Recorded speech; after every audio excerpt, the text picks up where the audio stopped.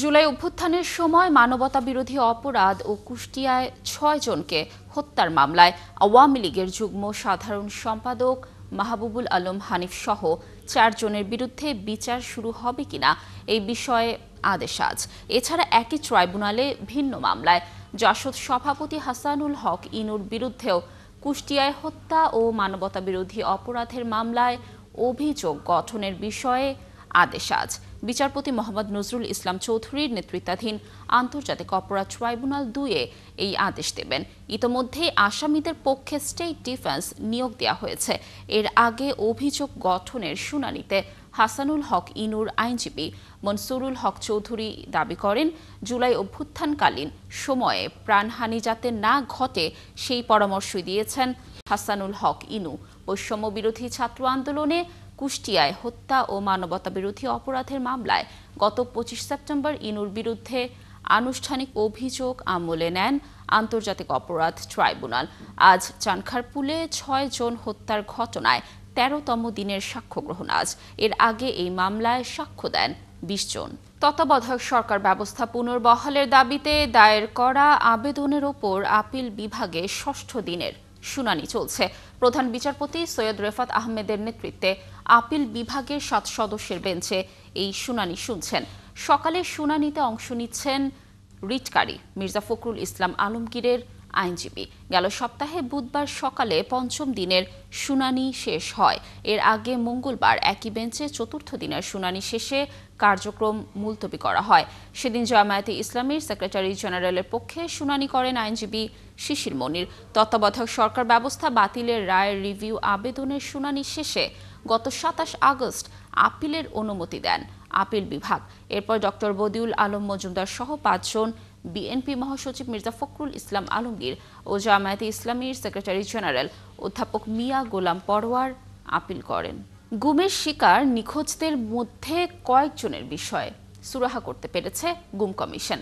তাদের চূড়ান্ত প্রতিবেদনে গুমের শিকার ওই ব্যক্তিদের সাথে কি হয়েছে তা উল্লেখ করা হবে। কমিশনের সদস্য নূর খান লিটন জানান, বেশিরভাগ অভিযোগের তদন্ত করা সম্ভব হয়নি, আর অনেক নিখোঁজদের তথ্য মেলেনি এখনো। এ নিয়ে হতাশা জানিয়েছে ভুক্তভোগী পরিবারের সদস্যরা। আরও জানাচ্ছেন মোহন ইসলাম।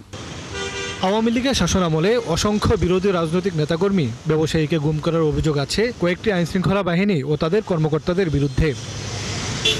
গুমের শিকার অনেকেই ফিরে এসেছে নানা সময়ে, তবে অন্তত ৩৫০র মতো মানুষ আর ফেরেনি। গুমের শিকার এসব ব্যক্তিদের সাথে কি হয়েছে এবং এসবের পেছনে জড়িত সহ কারণ বের করতে গুম সংক্রান্ত কমিশন অফ ইনকোয়ারি গঠন করে অন্তর্বর্তী সরকার, যেখানে অভিযোগ জমা হয় ১৮০০রও বেশি, আর আশায় বুক বাঁধে নিখোঁজদের স্বজনরা। এরই মধ্যে কমিশন ২টি অন্তর্বর্তী প্রতিবেদন জমা দিয়েছে, জিজ্ঞাসাবাদ করেছে জড়িত ব্যক্তিদেরও। কমিশনের মেয়াদ শেষ দিকে হওয়ায় প্রশ্ন উঠেছে গুমের শিকার নিখোঁজদের সন্ধান নিয়ে। নিখোঁজ কয়েকজনের বিষয়ে সুরাহা করা গেছে বলে জানিয়েছে গুম কমিশন। কমিশনের সদস্য মানবাধিকার কর্মী নূর খান লিটন ৭১কে জানান, চূড়ান্ত প্রতিবেদনে সেসব বিষয় উল্লেখ করা হবে। আমরা কিন্তু সব ঘটনাই শুরু করেছি, কিন্তু যে ঘটনাগুলিকে আমরা এগোতে পারছি সেগুলি আমরা এগিয়ে নিয়ে যাচ্ছি এবং চূড়ান্ত পরিণতি সম্পর্কে আমরা একটা ধারণা দিয়ে যেতে পারবো। কোনো কোনো ঘটনায় হয়তো সুনির্দিষ্ট করে বলে যেতে পারবো। তবে বাকিদের কোনো তথ্য মেলেনি বলে জানান তিনি, আর সব অভিযোগ এই সময়ে তদন্ত করা সম্ভব হবে না বলেও জানান নূর খান লিটন। লাশ অজ্ঞাতনামা উদ্ধার হয়েছে, আঞ্জুমান মফিদুল ইসলাম অথবা প্রশাসন গণকবরে কবর দিয়েছে। এখন এই লাশের সাথে ম্যাচিং করে ১০ বছর ১২ বছর পর ডিএনএ টেস্ট করে অনেক ক্ষেত্রে আমরা ফলাফল পাচ্ছি না। এরকম আমরা বরিশালে একাধিক লাশের ডিএনএ টেস্ট করেছি, কিন্তু সময়ের কারণে এই টেস্ট করে সেই রেজাল্ট পাওয়া যাচ্ছে না, কারণ হাড়ের ক্ষয়ের কারণে যেইভাবে একটা থাকলে ডিএনএ টেস্টটা সহজ করা যায় সেটা হচ্ছে না।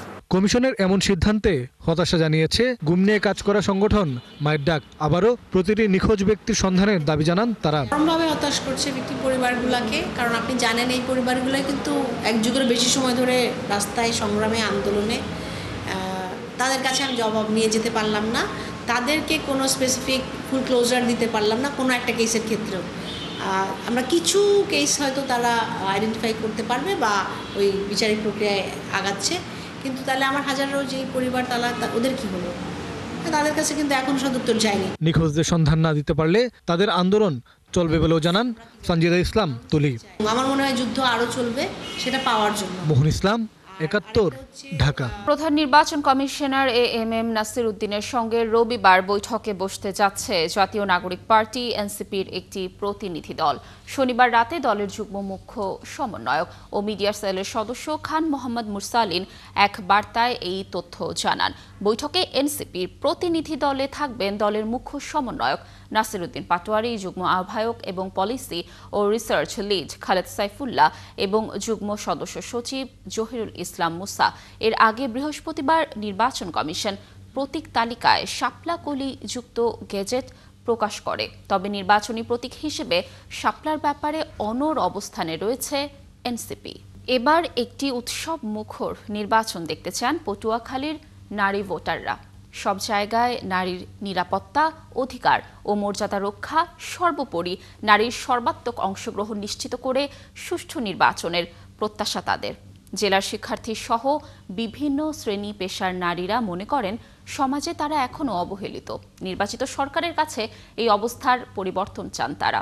পাশাপাশি আগামী নির্বাচনে সরাসরি নারীর অংশগ্রহণ নিশ্চিতের দাবি তাদের। পটুয়াখালীর নারীদের নির্বাচনী ভাবনা জানব আহসানুল কবির রিপনের তথ্য ছবিতে। পটুয়াখালীর কলাপাড়া উপজেলার শিক্ষার্থী দীপ্তি মাস্টার শেষ না করেই চাকরির চেষ্টায় এসেছিলেন সদর উপজেলায় উপখাদ্য পরিদর্শক পদের নিয়োগ পরীক্ষায় অংশ নিতে। আগামী নির্বাচন নিয়ে তার ভাবনার বিষয়টি জানতে চাইলে তিনি জানান নারীর নিরাপত্তা নিয়ে শঙ্কার কথা। তবে তিনি চান এবার একটি সুষ্ঠু নির্বাচন হোক, বন্ধ হোক নারীর প্রতি সহিংসতা, সব নারীরাই থাকুক নিরাপদে। নারীরা আসলে কোথাও সেফ না, এইটুকু কার্যকর হোক যে নারীরা সেফ থাকুক সব জায়গায়। সুষ্ঠু এবং সুন্দর নির্বাচনের প্রত্যাশা জেলার অন্যান্য নারীদেরও। তারা চান সর্বাত্মক নারীর অংশগ্রহণ নিশ্চিত হোক। সুষ্ঠু সুন্দর নির্বাচন সব নারীরা যেন অংশগ্রহণ করতে পারে, নারীরা স্বাচ্ছন্দ্যে যেন সব ধরনের কার্যকলাপ করতে পারে, এই ধরনের প্রত্যাশা থাকবে। তাছাড়া নির্বাচনে যারা অংশগ্রহণ করবে সেসব মানুষ যেন আমাদের দেশের এবং সমাজের জন্য উন্নয়নমূলক কাজ করে এবং মানুষের পাশে থাকে, সাধারণ মানুষের পাশে থাকে, সে ধরনের মানুষদেরকেই আমরা আশা করব। আর দ্রুত নির্বাচনের মাধ্যমে নির্বাচিত সরকার দেখতে চান জেলার নারী উন্নয়ন কর্মীরা। তারা মনে করেন ধর্মীয় দলগুলোর উত্থান নারীর অংশগ্রহণে অন্তরায় হবে না। নির্বাচনটা যত দ্রুত হয়ে যায় ততই আমাদের জন্য ভালো, সাধারণ জনগণের জন্য একটা নির্বাচিত সরকার এটা আমাদের জন্য সর্বক্ষেত্রে ভালো। যেহেতু আমি 3 ওয়ার্ডে নারী কাউন্সিলর ছিলাম, পুরুষদের প্রভাবটাই বেশি পড়ছে। আমরা নারীরা সবসময় ছিটাফোটা, মানে তারা অরিজিনাল কাজগুলো তারা সব নিয়ে ফেলানো জিনিসগুলো আমাদের উপরে লেগেছে। আমরা চাই নারীদের এই অধিকারটা দেওয়া হোক। সুষ্ঠু একটা নির্বাচন হোক, গণতন্ত্র ফিরে আসুক দেশে, বাংলাদেশে, কারণ নির্বাচন ছাড়া কোনো বাংলাদেশের উন্নয়নের কোনো কিছুই সম্ভব না। আগামী নির্বাচনে নারী প্রার্থীদের অংশগ্রহণ বাড়ানো এবং সরাসরি তাদের ভোটে দাঁড়ানোর সুযোগ চেয়েছেন মহিলা পরিষদের এই নেত্রী। তিনি বলেন নির্বাচনে নারীদের স্বতঃস্ফূর্ত অংশগ্রহণ যেন নিশ্চিত করা হয়। নারী আসন সংরক্ষিত না থেকে সরাসরি ভোটে নির্বাচিত হয়। ইতিপূর্বে আমরা দেখেছি যে নারীরা তাদের মেধা দিয়ে, যোগ্যতা দিয়ে সরাসরি নির্বাচনে অংশগ্রহণ করেছে। আমাদের যেমন একথা শুনতে না হয় যে নারীরা সংসদে এক সেট অলংকার, এটা নারীদের জন্য লজ্জার। আমরা উৎসব মুখর পরিবেশে এবং সুন্দর নিষ্ঠার সঙ্গে এবং অত্যন্ত শান্তিপূর্ণ পরিবেশে নারীদের অংশগ্রহণ নিশ্চিত করা হয়। রাষ্ট্রের কাছে এটাই আমার প্রত্যাশা। 8টি উপজেলা ও 5টি পৌরসভা নিয়ে গঠিত পটুয়াখালী জেলায় সংসদীয় আসন রয়েছে 4টি, আর এই জেলায় মোট ভোটারের অর্ধেকই নারী। মনিরা কাজুরি, 71। ঢাকায় আলজেরিয়া দূতাবাসের উদ্যোগ দৃষ্টির ৭১তম জাতীয় দিবস উদযাপিত হয়েছে। শনিবার রাতে রাজধানীর লা মেরিডিয়ান হোটেলে বর্ণাঢ্য আয়োজনের মাধ্যমে এই অনুষ্ঠান উদযাপিত হয়। এতে প্রধান অতিথি হিসেবে উপস্থিত ছিলেন অন্তর্বর্তীকালীন সরকারের বিদ্যুৎ ও জ্বালানি বিষয়ক উপদেষ্টা ফজল কবির খান। তিনি বলেন, বাংলাদেশ ও আলজেরিয়া সাংস্কৃতিক ও ধর্মীয়ভাবে অনেক কাছাকাছি। দেশটির সঙ্গে আগামীতে জ্বালানি ও ফার্মাসিউটিক্যাল খাতে একসঙ্গে কাজ করতে চায় বাংলাদেশ। অন্যদিকে বাংলাদেশে নিযুক্ত দেশটির রাষ্ট্রদূত আব্দেল ওয়াহাব সায়দানি বলেন, বাংলাদেশ থেকে আলজেরিয়ায় উন্নত মানের পণ্য নিতে গভীরভাবে কাজ করছে দুই দেশ। আগামীতে দেশ দুটি একসঙ্গে কাজ করবে। বরিশালের অপসনিন ফার্মাসিউটিক্যালসের স্যালাইন বিভাগ থেকে চাকরিচ্যুত 570 শ্রমিককে পুনর্বহাল ও ট্রেড ইউনিয়ন চালুর দাবিতে শনিবার রাত থেকে নগরীর বগুড়ার রোডের কারখানার সামনে সড়কে অবস্থান কর্মসূচি চলছে। দর্শক, কর্মসূচির সর্বশেষ খবর জানানোর চেষ্টা করব। যুক্ত হচ্ছেন সহকর্মী বিধান সরকার। বিধান, শ্রমিকদের দাবির বিষয়ে আফসোস স্যালাইন ফার্মাসিউটিক্যালস কি বলছে, আর প্রশাসনের কি ভূমিকা রয়েছে আসলে শ্রমিক অসন্তোষ মেটাতে? কি তথ্য রয়েছে আপনার কাছে সর্বশেষ জানাবেন সার্বিক পরিস্থিতি। লাবণী, আমি এখনো এই যে বগুড়ার স্যালাইন ফার্মাসিউটিক্যালস লিমিটেডের সামনেই আমি দাঁড়িয়ে আছি।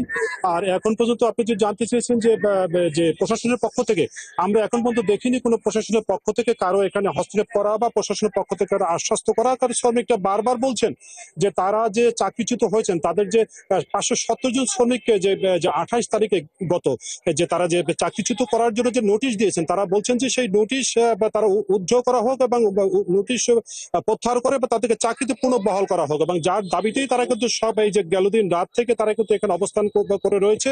এবং এখানে আমরা দেখেছি নারী শ্রমিকদের সাথে কথা বলছি, এমন শ্রমিক রয়েছে যাদের স্বামী নেই, যারা বিধবা এবং তাদের সন্ততিদের চলাচল করার জন্য বা পড়াশোনা করার জন্য তাদের একমাত্র অবলম্বন এই অপসন স্যালাইন ফার্মাসিউটিক্যালসে তাদের চাকরি। এবং তারা বলছেন যে তারা যে একেবারে যখন ঢুকেছেন প্রায় 500-700 টাকা বা বেতনে তারা চাকরিতে ঢুকেছেন, এখন হয়তো কারো বেতন 15 থেকে 20,000 টাকা হয়েছে। কিন্তু এই সময় যদি তাদের চাকরিচ্যুত হয় হঠাৎ করে মালিকের যে কোনো একটা নির্দেশে, তাহলে কিন্তু তাদের বেঁচে থাকার দায় হয়ে পড়বে। এবং যার ফলে তারা বলছেন যে এখন যে আমাদের চাকরিতে পুনর্বহাল করতে হবে। এবং এখন পর্যন্ত তারাও বলছেন যে এখন পর্যন্ত এই যে আমরা যে দেখছি যে কারখানা এখন বন্ধ রয়েছে, কারখানার সামনেই শ্রমিকরা অবস্থান ধর্মঘট করছেন। এবং এই শ্রমিকরা বলছেন যে তাদের যে আপনার যে কর্তৃপক্ষ আছে, অপসন স্যালাইন লিমিটেডের যে কর্তৃপক্ষ আছে, তারা যদি এখানে না আসেন তখন পর্যন্ত তারা কিন্তু অবস্থান ধর্মঘট করবেন, চালিয়ে যাবেন। এবং তাদের আরেকটি কথা বলছে, তারা 72 ঘন্টার আলটিমেটাম দিয়েছেন। এই আলটিমেটাম যদি উঠে যায়, সময় উঠে যায় 72 ঘন্টা, তারপর তারা কিন্তু বৃহত্তর আন্দোলন করবেন এবং তাদের সাথে যোগ দেবেন আরো অন্যান্য শ্রমিক ইউনিয়নের নেতারা, যার ফলে তারা মহাসড়ক বা দিকে টার্ন করতে পারে। তাদের এই আন্দোলনে বড় ধরনের একটা মুভমেন্ট তৈরি হবে বরিশালে। এর আগে আমরা আপনাকে লাবণী বলতে পারি যে অপসনিন যে ফার্মাসিউটিক্যালস রয়েছে, তাদের যে কোনো সময় শ্রমিক অসন্তোষ বা যে কোনো শ্রমিকদের সংঘাত বা সমস্যা তৈরি হলে পরে তখন আমরা যে কর্তৃপক্ষের সাথে কথা বলার জন্য যোগাযোগ করছি, কিন্তু আমরা কর্তৃপক্ষের সাথে কোনো যোগাযোগ করতে পারিনি। এখন পর্যন্ত কর্তৃপক্ষ আসেনি, যার ফলে শ্রমিকরা এখনো বসে আছেন, তাদের আলটিমেটাম পর্যন্ত অপেক্ষা করবেন, তারপর তারা বৃহত্তর আন্দোলন গড়ে তুলবেন। বিধান, ধন্যবাদ আমাদের সাথে যুক্ত থাকার জন্য। নিশ্চয়ই প্রশাসন একটি যথাযথ উদ্যোগ নেবে। দর্শক, বরিশালের একটি ফার্মাসিউটিক্যালসের স্যালাইন বিভাগ থেকে চাকরিচ্যুত সদস্যরা এই মুহূর্তে অবরোধ কর্মসূচি পালন করছে। এই বিষয়ে সর্বশেষ তথ্য জানানোর চেষ্টা করছিলাম। দর্শক, সংবাদের শুরুতেই যেমনটি আমরা জানাচ্ছিলাম যে জুলাই গণঅভ্যুত্থানকালে সংঘটিত মানবতা বিরোধী অপরাধের অভিযোগে করা মামলায় জাতীয় সমাজতান্ত্রিক দলের সভাপতি হাসানুল হক ইনুর বিরুদ্ধে আনুষ্ঠানিক অভিযোগ গঠনের আদেশ আজ। এই বিষয়ে তথ্য রাখছেন আমাদের সহকর্মী মাইনুল মারুফ। আমরা মারুফের সাথে যুক্ত হওয়ার চেষ্টা করছি। মাইনুল, শুনানি কি শুরু হয়েছে কিনা? শুরু হয়ে থাকলে আইনজীবীরা এই বিষয়ে কি বলছে? আপনার কাছে কি তথ্য রয়েছে মামলার বিষয়ে?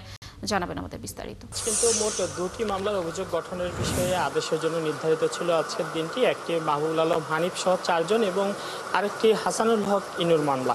এবং মাহবুবুল আলম হানিফ সহ 4 জনের যে মামলাটি, সেই মামলায় সবাই পলাতক রয়েছেন। তাদের পক্ষে রাষ্ট্রনিযুক্ত আইনজীবী নিয়োগ দেওয়া হয়েছে এবং অভিযোগ গঠনের শুনানি হয়তো কিছুক্ষণের মধ্যেই শুরু হবে। এবং যদি শুরু হয় অবশ্যই আপনার মাধ্যমে আমরা বাকি তথ্য দর্শকদের জানিয়ে দেব। এবং এখন পর্যন্ত যদি আমি বলি যে মাহবুবুল আলম হানিফের যে মামলা, তাদের বিরুদ্ধে কুষ্টিয়ায় 6 জনকে হত্যার অভিযোগ রয়েছে। এছাড়া কমান্ড রেসপন্সিবিলিটির অভিযোগ রয়েছে মাহবুবুল আলম হানিফের বিরুদ্ধে। তিনি ওবায়দুল কাদেরের সাথে বসে জুলাই আন্দোলনে যে হামলা চালানো